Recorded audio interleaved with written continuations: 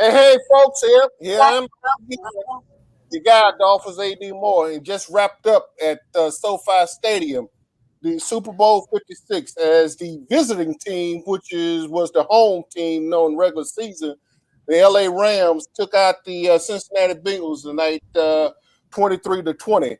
And without further ado, I mean, I got a couple other guys that's going, the guys that you saw do the recap, and so I'm getting ready to bring Elwyn Henderson in. There you go. There he is. Elwyn. Hey, Elwyn's in, and we'll probably be Pat and George and them. I know they probably might be in traffic trying to get themselves back over to where they were. Being the LA traffic. I see the Rad man trying to jump in here right now. And there he is. I got the Rad man already. He's sitting there ready to go. And so you guys, hey man, did y'all run over some people getting back to the place? No, we had to call for the security guard to come open the gate, man. The gate was locked again like it was last night. I had to call him. He came quicker tonight. Tonight he wasn't asleep. Last night it was a different dude. He was asleep, man. His clothes all wrinkled up on him and everything, trying to put his jacket on when he was coming to unlock the gate for us. This dude came right, you could tell he was right there, man. He came right on out, man. He wasn't like that jack leg from last night. Well, anyway, I'm sure Pat's gonna jump on in a little bit, guy. Anyway, we already had the Rams, the second home team, second year in a row. The visiting team playing at home walks away with the victory. So, I don't know if the NFL is gonna go for the trifecta next year. Let's see. That means that I don't know. Considering what we just read about Kyler Murray. They might be a new quarterback in for the Arizona Cardinals. But I tell you what, let's get down to this, guy. Your initial Elwyn, your initial recaps of the game. Well, as you know, when we gave our projections, I said the Rams by 3. So I was right. I had just said 31-28. It ended up being 23-20. But I just felt like the whole game, even though Cincinnati had taken the lead, I thought in my mind when it got halfway through the final quarter, I thought Stafford's going to get this done. The Rams are going to get the ball, make one final drive. And when they got the ball back, I started typing that part of my story and said Ram fans knew this was their team's last chance probably to drive the length of the field and win the game. And they were certain Matthew Stafford would get it done. And it couldn't have laid out any better than what I had started typing it out. I didn't have to change a thing at the end of my story. So great storybook ending for Matthew Stafford after all those dismal years in Detroit. Yeah, just to recap, I picked up. I fess up. I picked the Cincinnati Bengals. I think Mighty Old Pat Freeman had picked the Bengals. George took the points. Being at the betting that he is. George took the points, and so George. And also played the under, and I won that with the skin of my teeth too. I took the under 44.5. Yeah, you should. Ooh, yeah, you okay? Okay. Yeah, I was shocked at that one. I thought they had lost it when it was 2016 going into the final quarter. I said, "Damn!" I said they're gonna go over this. They're gonna go over that 44.5. But the defense played, and Zach Taylor decided to give the game to his boss. I guess he thought he's still working for. Because that was a horrible fourth quarter. He didn't run. All he had to do was run the ball. Just run the ball, man. And then all you do, get your tight end, one of your backup tight end, whoever, or that 71, or your extra offensive lineman. Yeah, number 70. Yeah. Chip block Aaron Donald. That's all you do. Chip block Aaron Donald. Just because Joe Burrows is so immobile that he was he kept locking in on Chase, and they took Chase away. I didn't understand why he didn't go to Higgins more often, or just dump it in the flat. I thought the guy in the flat could pick up first downs and move the chains the rest of that 9 minutes and something left in the game. After they went up right after halftime and took the lead, I thought they could have just ran the clock out with just short passes and some runs. And Joe Mixon should have had over 100 yards. He had 82 yards. He should have had 100 yards because they didn't give him the ball enough. Yeah, I concur. I tell you what, but I think two plays in particular. that first nice bomb that Joe Burrows hit Jamar Chase in the first quarter, and when they 41 yard, and then they got down there and squandered that. To me, that was a squandered play series right there, because they came out with threes and left 4 on the table. All right, that was one. And then all of a sudden when they got the interception in the third quarter, and to me, that was the drive to go ahead and start building the coffin for the Rams in their own place and put them in it and go ahead and start nailing the coffin shut. And they didn't do it. In fact, I tweeted out, I said the Rams, the defense was that this is a win for the Rams. This is a win for the defense, because they kept that game. They shut them down and held them to a field goal. So to me, that's 8 points right there. You left 8 points on the table in a game this tight. The point spread was 4.5, George. Yeah, 4.5. In a game this tight, and you leave 8 points sitting on the table, you can't do it. You get okay, we'll get the field goal. Field goal is not was in this case a touchdown, but touchdowns got to go. I mean, I was like I say, but here's one of the other things I want to bring to the table.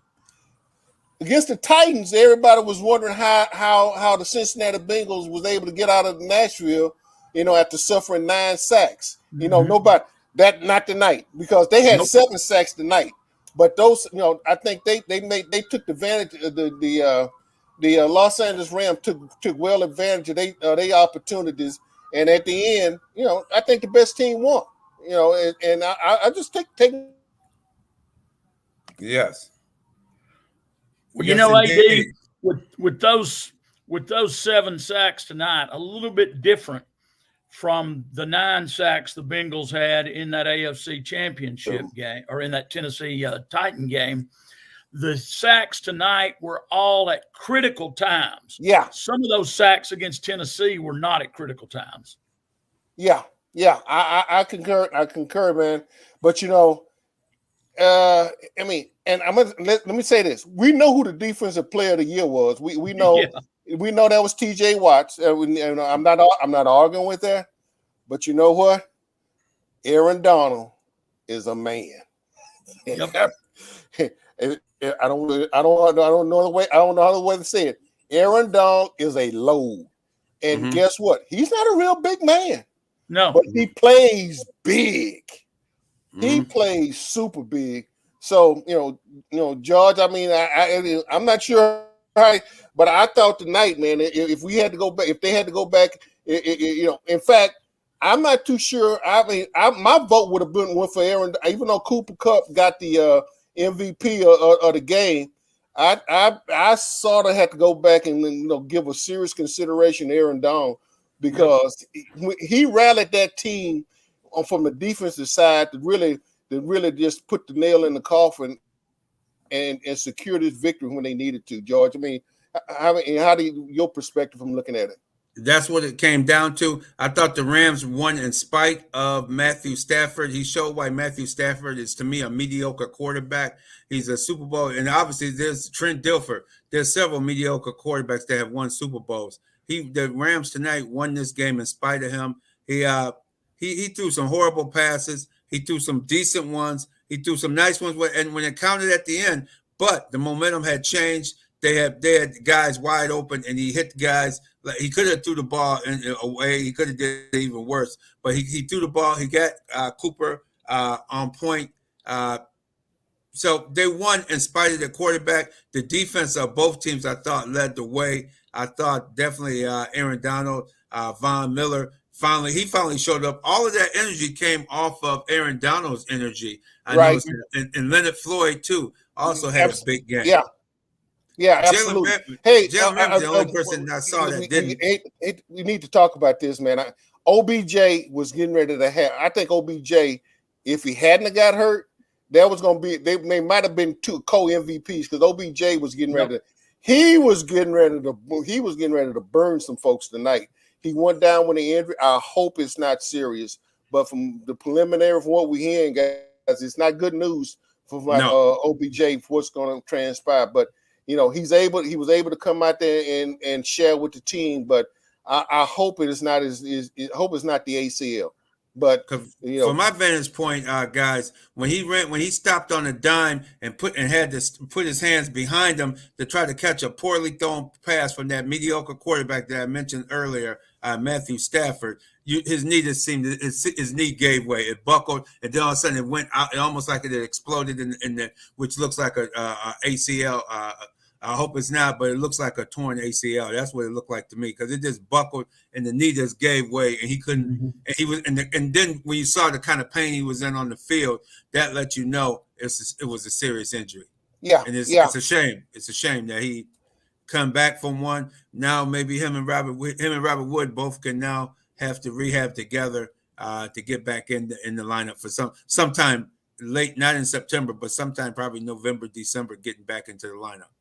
And you just got to feel good for Odell after the crap he went through in New York and in Cleveland. Yes. Just so mistreated in both those towns.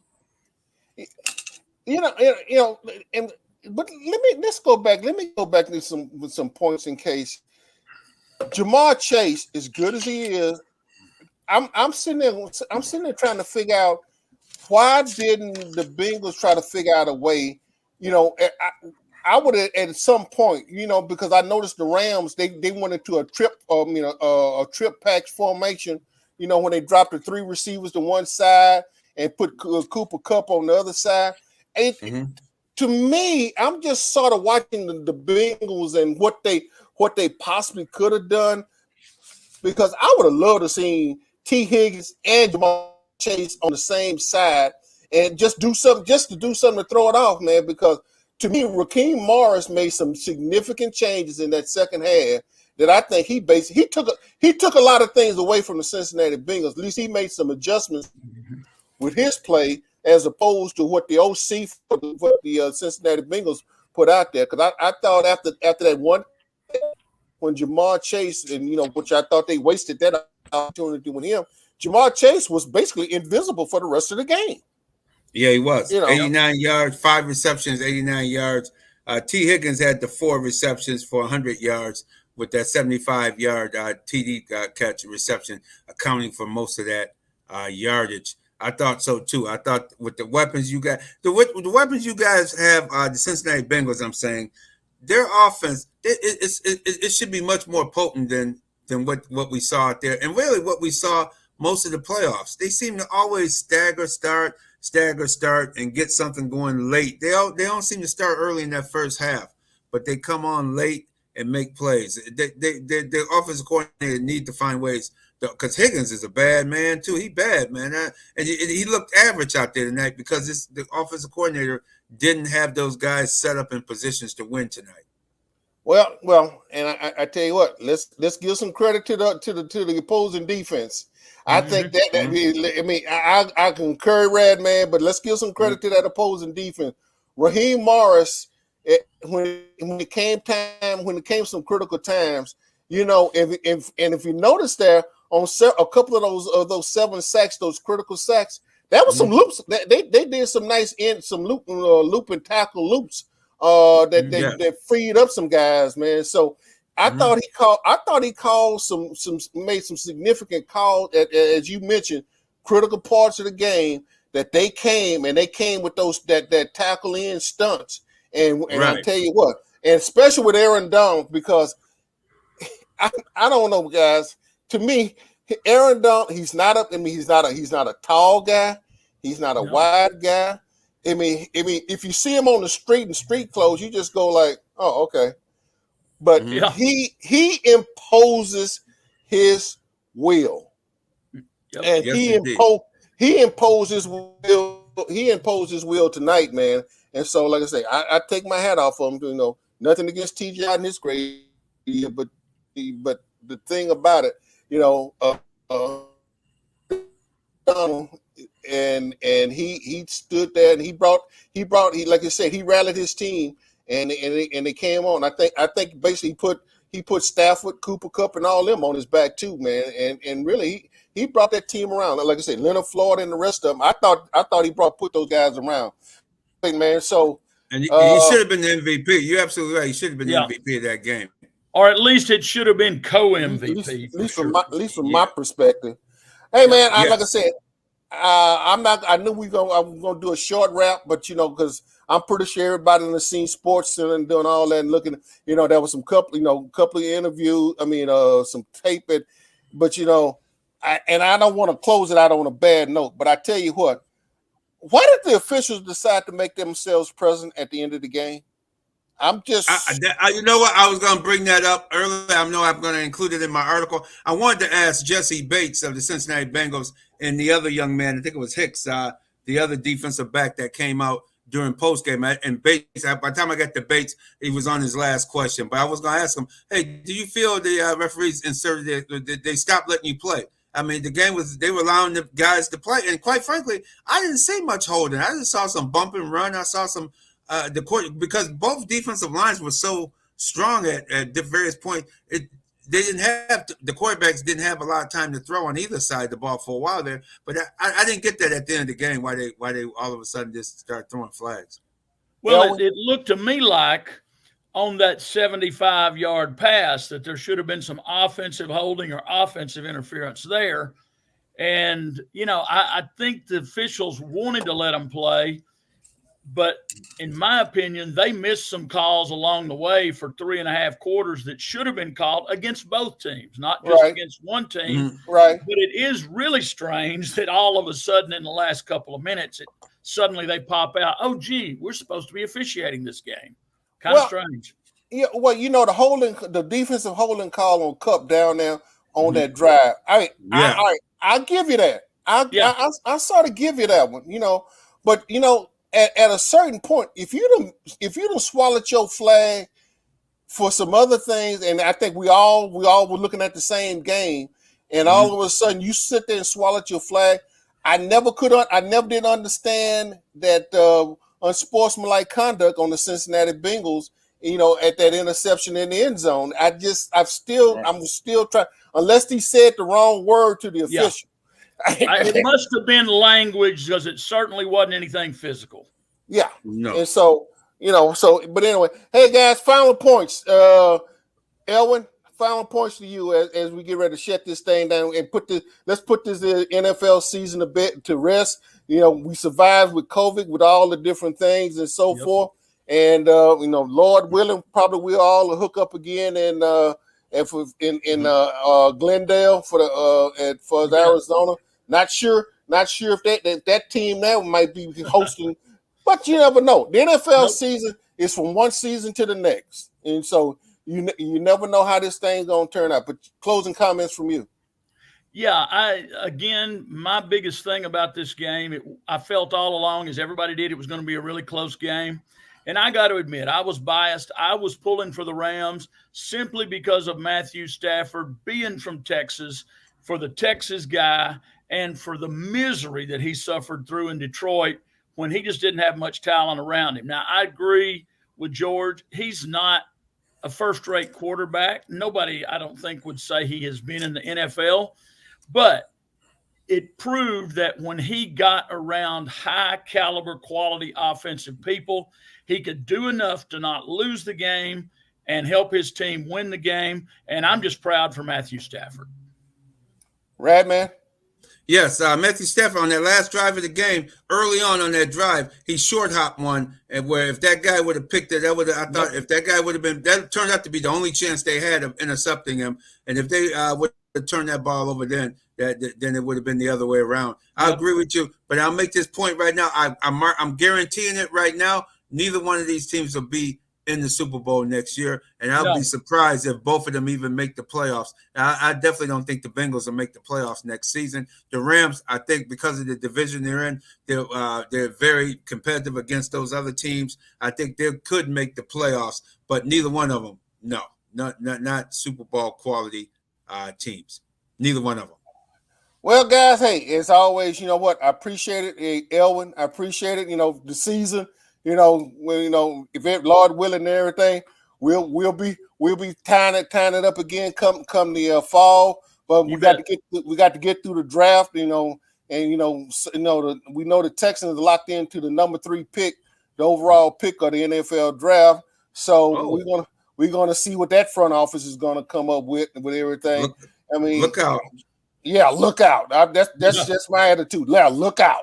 Radman, your final points. Before we final point. I look forward to seeing what the Texas move they make, because that's going to cause a domino effect up in the top part of the draft. If they go quarterback, if they go wide receiver, if they go defensive player, it's going to be interesting. You guys have had several top players. Let's see what you do with another one and a defensive-minded head coach. So it should be interesting. Pep Hamilton is an outstanding offensive coordinator. He can make Davis Mills continue to grow Davis Mills as a quality player. It's just a shame if they're going to go that route with Lovie Smith. To me, if they were going to go with Lovie Smith, I would have kept David Culley. To me, David Culley, I think, would have been, because he's an offensive-minded guy, and he brought that quarterback up, and that quarterback was playing very well. Whatever system he put in for him, Davis Mills looked way better than he did against the Bills early in the season. He looked like a pro quarterback toward the end. So it should be interesting. Enjoyed the beautiful season. It's been a lot of fun, a lot of crazy games. The Bills-Kansas City game was one of the craziest of the season. The New England game, another one for Buffalo. We had a lot of crazy games. New England came in, beat Buffalo, ran the ball over 40 times. And you notice one last thing, guys. The bottom line about pro football is when the game counted in the last 2 minutes of the game, you notice there was an awful lot of hitting, an awful lot of what you would call targeting. Guys were getting laid out, because that's what football is all about, hitting. Who makes the hit? Who makes the playoff? Cincinnati tried their best to knock Coop out the game and get that fumble at the end of the game. But that's football. You got to hit, you got to run, you got to tackle, you got to wrap up. It always comes back down to the basics, guys. Fundamentals. It's fundamentals. Fundamental, guys. I appreciate the time. I appreciate it. Look forward to next season. All right, gang. Appreciate it. All right, hey, Radman, we'll be talking down the road, man. So I'll see you. Give Pat my regards, and we'll move on, okay? All right, Elwyn, I know you'll be. So you leave out, so I appreciate it, man. Thank you again. I can't say thank you enough. We're the corner. We'll still be on the corner doing several different things and so forth. But hey, man, I can't say thank you enough. And same here, brother. We got it done. So you bet. And so I appreciate it, man. And hey, take care, and let's go get. I'm going to go and get a little rest and try to go pack the clothes and get ready to get out of here tomorrow, man. So hey, take care. All right, folks, that's it. This football season is a wrap. It's done. We're over with, and I want to just say hey, thank you to each and every one of y'all that tuned in. Either had the comments, pro or otherwise. I thank you for everything, and as we sign off, as we put a bow on this season, on this football season, thank you. But this is not it. The corner's going to be back. I got some other things planning, football related and non-football related, planning for the corner for the next couple of weeks, and definitely for something I want to get. I would want to bring back to the folks from a historical significance on that had happened, and I think that folks need to understand the significance of it. But stay tuned. You'll be getting notices either by Facebook, YouTube, or my Twitter comment. And as always, this is Adolphus A.D. Moore on the AdMax Corner. Hey, if you stay safe, stay masked, get your shots. If you hadn't got your shots, get your shots, get boosted. I appreciate you. Peace, love, ciao, and we are out of here.